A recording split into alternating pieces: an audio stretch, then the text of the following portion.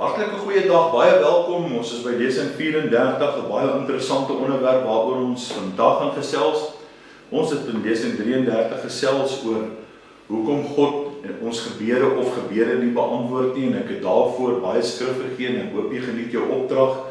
En dit is lekker om in die krag en in die samewerking van die Here te werk. Ek wil jou tog bemoedig om regtig alles uit te sny wanneer 'n mens dit doen. Wanneer ek dit sê, dan dink ek 'n mens is gefokus en 'n mens vra die Here om hierdie lesing te doen met 'n verwagting, sodat dit jou kan geestelik opbou, jou kan bemoedig, soos wat die woord alleen dit kan doen, wat geen mens kan doen. Jy kan na my luister, ek kan vir jou net die woord gee, maar wanneer jy met jou Bybel sit en jy skryf met jou griffel en jou papier en jou opnames en jou opdragte, is dit tussen jou en die afhanklikheid en die krag van die Heilige Gees.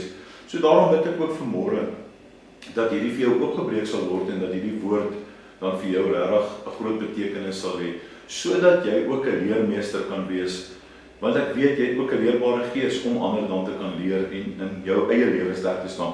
Ons gaan vandag praat oor die soort gebede wat God beantwoord. Die soort gebede wat God beantwoord. En natuurlik wil 'n mens altyd skrifbereimings by dit sit of skrifgedeeltes by dit sit om jou te wys wat sê die woord van die Here.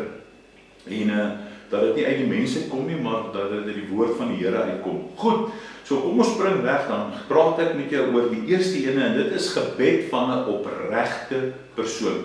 Ons gaan wel binnekort, miskien hierna, jy het nou 'n opdrag ook in hierdie lesing, wat jy moet regtig vir my mooi deurwerk, en dit gaan vir jou baie ook help. Dit is soos 'n taak, maar dit is soos 'n eie Bybelstudie. Kan 'n mens sê, die opdrag is nie soos huiswerk en 'n mens raak bang vir dit. Dit moet glad nie so wees nie. Die opdrag is om te sê, weet jy wat, God gee my 'n opdrag, daar is dinge in die woord uit wat ek moet leer, ek gaan dit leer, so dit is om jouself eintlik net te verryk met die insig en die wysheid van die Here. So, die gebed van 'n opregte persoon. In Psalm 34, vers 15 en 16, kom die woord van die Here en hy sê, wyk af van wat verkeerd is, en doen wat goed is, soek die vrede en jaag dit na. Vers 16, die oë van die Here is op die regverdiges, en sy ore tot hulle hulp geroep. Hoor daar, hy kom, dan gee hy vir ons hier antwoord. Hy sê, my oë is op die regverdiges, hulle wat hulle lewe regverdig lewe, perfek nie en natuurlik nie, maar wat na heiligmaking streef, en sy ore tot hulle hulp geroep.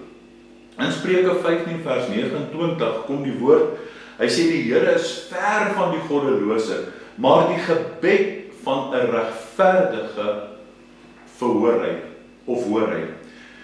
Die tweede een is die gebed van die wat in Christus volhard. Nou hierdie is ook 'n hele lesing of 'n tema op sy eie oor volharding in Jesus Christus. Ons kan nie net wanneer ons die Here nodig het bid nie. Ons moet elke dag van ons lewe in 'n verhouding met die Here staan, die wat in Christus volhard. En Johannes skryf dit vir ons baie mooi, Johannes 15 vers 7. As julle in my bly, hoor dan, as julle in my bly en my woorde in julle, sal julle vra net wat julle wil hê en julle sal dit kry. Kan ek hom vir jou gou op 'n praktiese, maklike manier verduidelik? Wanneer ons in Christus is, sê die woord, is ons 'n nuwe skepsel. Die ou het verbygegaan. So wanneer ons in Christus is, dan bewaar ons sy woord, dan bewaar ons sy gebooie, dan moet ons nie nog huiwer of twyfel of in ongeloof 'n Christelike pad stap nie. Al is jy ook in babatree, al is jy ook nou net 'n nuut wedergebore kind van Christus, al verstaan jy nie alles nie, al verstaan jy nog nie die Bybel, maar hy sê, as julle in my bly en my woorde in julle, met ander woorde, wanneer jy keuses maak, gaan weeg jy jou keuses op wat sê God se woord, sal julle vra net wat julle wil hê en julle sal dit verkry. In Psalm 91 vers 15, hy sal my aanroep en ek sal hom verhoor, in die nood sal ek by hom wees, ek sal hom uitred en eer aan hom gee. Hoor daar wat sê. God hoor elke gebed. Ek wil vandag vir jou sê, as jy ooit in jou lewe getwyfel het, God hoor elke gebed, maar hy beantwoord nie alle gebede op dieselfde manier nie. Daar is verskillende maniere, kom ons kyk gou. Soms kom die antwoord, en die antwoord is soms ja, soms nee, Soms kom die Here aan sy wag, of hy gee iets beters. Die Bybel leer dat sekere gesindhede en voorwaardes saamgaan met gebede wat God behaag. En dit is baie belangrik. Kom ons kyk na die volgende ene. Gebed uit 'n rein hart. Gebed uit 'n rein hart. Ek wil jou ook bemoedig om jou hart te bewaar. Bid vir die Here, bid vir jou hart. Bid vir jou hart se koneksie met jou siel en met jou woorde en met jou gedagtes. Psalm 66 vers 18 kom en dan sê hy, as ek ongeregtigheid in my hart gesien het, sou die Here dit nie gehoor het nie. Dawid skryf dit. Hy sê, as daar enige ongeregtigheid in my hart is, en ons gaan hierna, gaan ons 'n moeilike toets deurgaan. En dit is nie 'n toets wat jy gaan skryf nie, jy kan dit wel skryf, jy gaan punte kry, daar is vrae wat gevra moet word, en dit is baie keer 'n bietjie harde vrae of moeilike vrae, maar eerbare vrae. Dis vrae wat 'n mens na jouself moet gaan kyk om jouself te verbeter. En daar is niks wat ek kan sê wat soos Dawid vir ons hierdie baie goeie manier deurgee wat hy ook sê, as ek ongeregtigheid in my hart het of gesien het, sal die Here my nie gehoor het nie. En dit is baie keer 'n vraag wat ons self moet vra. Hoe lyk ons lewe? Ons gaan dit doen. Ons gaan hierna 'n bietjie so volgende lesing doen rondom toets jou vraag of toets jou menswees en jou vraag wat ek gaan vra. Onbeleide sonde beïnvloed ons verhouding met God. En dit is so. Elke onbeleide sonde, iets wat ek en jy doen in die duister, sal dit eintlik in die lig een of ander tyd geopenbaar word. En sou dit nie dalk in hierdie tyd in die lig geopenbaar word nie, wil ek vandag vir jou sê dat die Here se oog sien jou. Daar is 'n liedjie wat sê daar is 'n oog in die hemel wat jou sien. So die Here sien dit. So jy kan dalk miskien dink niemand sien jou nie. Maar hierdie onbeleide sonde waarmee jy besig is, wat ook al dit mag wees, beïnvloed jou verhouding met God. Die volgende ene, gebede van die wat op Christus vertrou. Hierdie is baie belangrik. Hand in hand loop vertroue met geloof en gebed. Ons moet God ten volle vertrou in omstandighede. En dan kom hy en dan sê hy vir ons, laat jou weg aan die Here oor en vertrou op hom en hy sal dit uitvoer. En hy sal jou geregtigheid laat voorkom soos die lig en jou reg soos die middag. Swyg voor die Here en verwag hom. Ek hou van dit. Hy sê swyg voor die Here en verwag hom. Gebed met gehoorsaamheid. Ja, gebed met gehoorsaamheid. Waar lees ons dit? In 1 Johannes 3 vers 22. God verhoor die wat sy gebooie bewaar en doen wat hom behaag. So jy sal nou sien in hierdie lesing, wil ek vir jou die antwoord gee wat die Here Jesus vir ons uit die skrif uit gee. Ek wil nie na teologiese verduidelikings gaan kyk nie. Daar is baie mooi teologiese verduidelikings, of selfs uit my eie lewe kan ek getuig wanneer 'n mens op hierdie dinge kom. Maar jou getuie kom tog terug op die ou ende van die dag. Ek weet wanneer ek in God se gebod bly en sy gebooie bewaar, weet ek hom sal behaag en God sal my gebed verhoor. Want 1 Johannes 3 vers 22 sê dit vir ons. Hy gee dit vir ons baie duidelik. Hierdie is nogal vir my iets na in die hart. Gebed van die wat swaar kry. En waar lees ons dit? In Jakobus.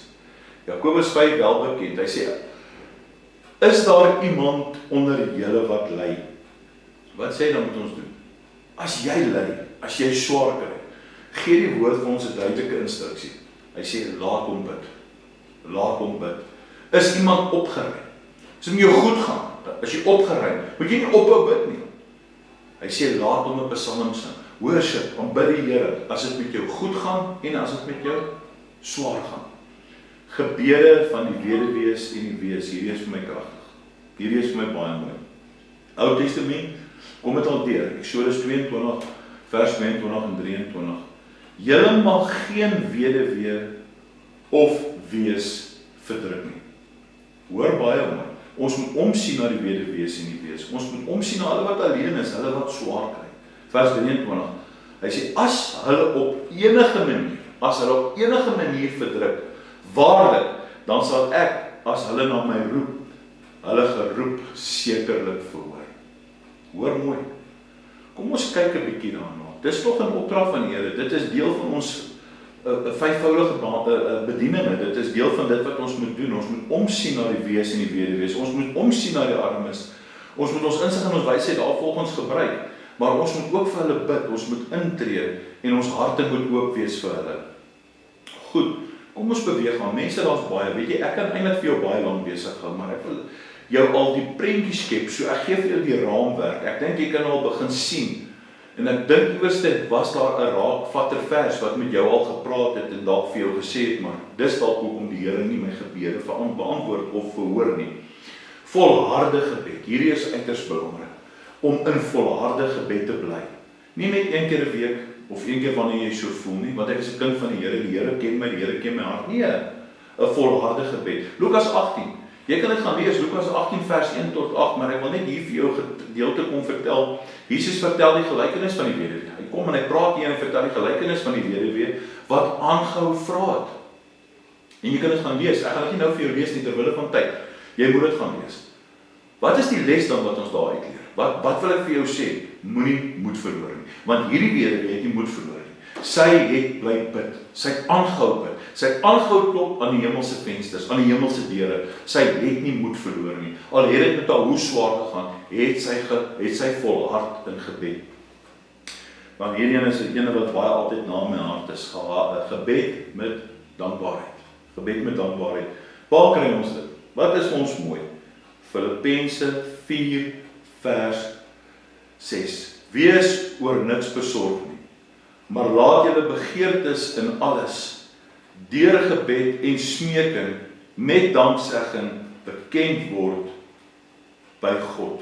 Kyk hoe mooi is dit. Is dit nie mooi nie? Dankbaarheid wys vertroue in God.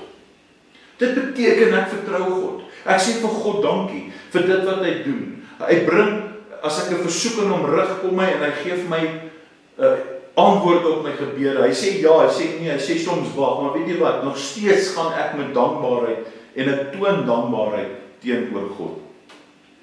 Kom ek haal vir jou 'n paar voorbeelde uit die Bybel uit. Die skrif is baie belangrik, want die skrif kan vir ons alles gee en dan kan ons sien, maar weet jy wat, as ons hierdie gebod bewaar, dan kan ons sien presies wat met hierdie Bybelkarakters gebeur het en hoe die Here hulle gehelp het deur hulle tye. So kan die Here my en jou ook help. Voorbeelde van gebede wat God beantwoord het.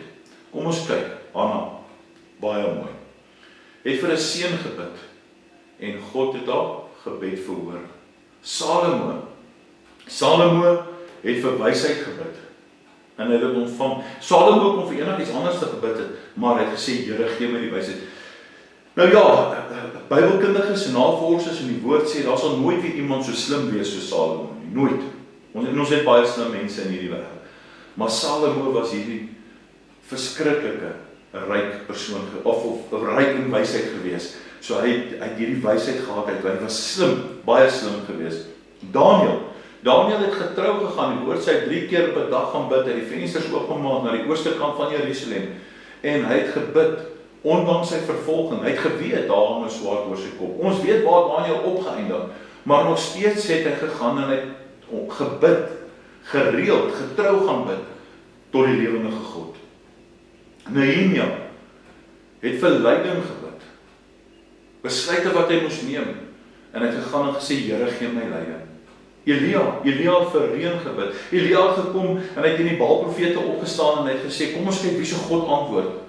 En die God wat met vuur antwoord, is die waaragtige God.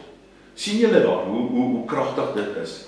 Petrus is deur die gemeente se gebede uit die gevange bevry. Hoor gou, nie uit sy maatjies of sy vriende, sy ander disippels nie. Nee, Petrus is deur die gemeente, wanneer 'n gemeente bid, verander dit die aksie, skud dit die hemelruim, en dit kan ek vandag vir jou sê, is wat die demone nie wil hê nie. Goed, ek wil weer 'n aanhaling maak van Herbert Locker, skryf hierdie kragwoorde. Hy sê, as jy twyfel dat God jou bediening gaan seën, of 'n vergrote visioen gaan gee, of 'n vergrote visioen gaan gee nie, is jy besig om jou tyd te mors met wat jy doen. So ek wil vandag vir jou sê, daar's geen twyfel dat die Here 'n deurbraak gaan maak op 'n bediening nie, of op jou bediening nie, of vir jou 'n groter visioen gaan gee. Jy moet glo dat die Here hierdie vir jou gaan gee. dat hy jou droom gaan waarmaak. Anders te sê, is jy besig om jou tyd te mors. Hoekom? Sonder geloof, hy skryf, sonder geloof is dit onmoontlik om God se seën op jou bediening van toepassing te maak. Dit is so, jy kan gaan kyk. Goed, baie dankie, kom ons kom by die opdrag. Nou hier is 'n paar lekker stewige opdragte, maar dit is nie iets om jou mee te kastei of huiswerk te gee nie. Dis iets wat jy gaan geniet, want is altyd lekker. Opdrag 1, begin ons met Bybelstudie. Goed, lees hierdie volgende skrifgedeeltes en skryf neer wat elke een jou leer oor gebed. Nou kom ek gee dit gou vir jou, op die skerm gaan jy dit sien. 1 Johannes 5, vers 14 tot 15. Die tweede een, Jakobus 5, vers 16. Wat sê dit vir jou? Filippense 4, vers 6 tot 7. Danksegging, né? Markus 11, oor vergifnis. Nou jy moet dit gaan neerskryf. En onder jou vers moet jy skryf wat dit vir jou beteken. Wat leer dit jou oor hierdie gebeure? Goed, Markus 11 vers 22 tot 25. Nou goed, hier kom die vraag, watter 3 beginsels van gebed kom die meeste voor?